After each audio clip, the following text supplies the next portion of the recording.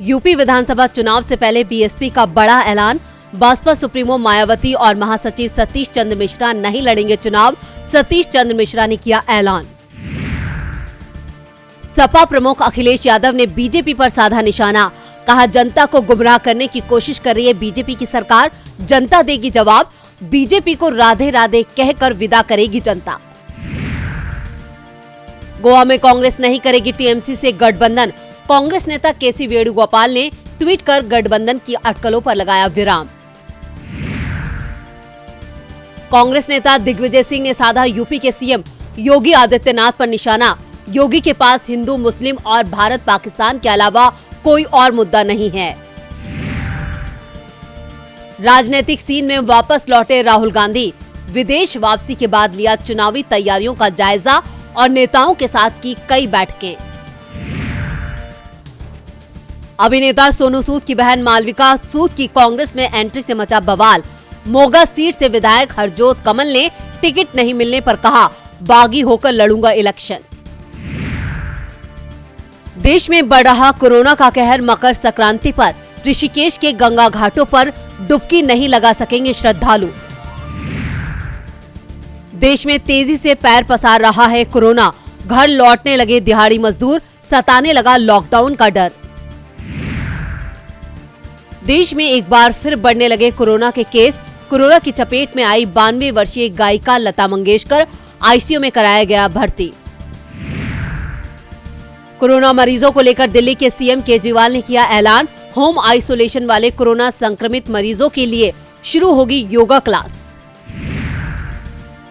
रक्षा मंत्री राजनाथ सिंह के कोविड संक्रमित होने चीनी मीडिया ने की टिप्पणी, सीमाओं पर तैनात सैनिकों से जोड़ा कनेक्शन, कहा कोविड रोकने के लिए सीमा पर कम सैनिकों की तैनाती की जाएगी।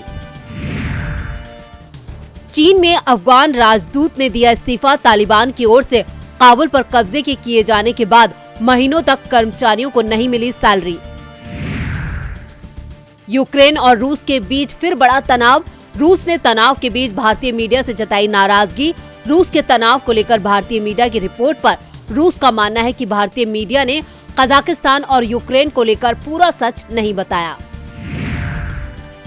बांग्लादेश की रोहिंग्या बस्ती में लगी भीषण आग, 1200 रोहिंग्या शरणार्थियों के घर जलकर हुए खाक।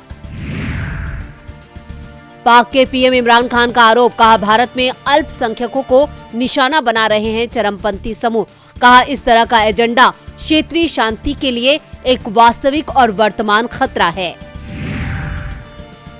ई श्रम पोर्टल पर रजिस्ट्रेशन कराने वाले असंगठित क्षेत्र के श्रमिकों की संख्या 21 करोड़ के पार, यूपी में रिकॉर्ड रजिस्ट्रेशन के बाद 87% की भारी गिरावट। गूगल पर कसा शिकंजा, न्यूज एग्रीगेशन में प्रभाव के दुरुपयोग को लेकर सीसीआई ने गूगल के खिलाफ दिए जांच के आदेश। एशियाई चैंपियंस ट्रॉफी हॉकी टूर्नामेंट में पाकिस्तान को धूल चटाकर भारतीय मेंस हॉकी टीम ने जीता ब्रॉन्ज मेडल। 1 साल की हुई अनुष्का शर्मा विराट कोहली की प्रिंसेस, वामिका के बर्थडे पर अनुष्का के भाई ने किया विश।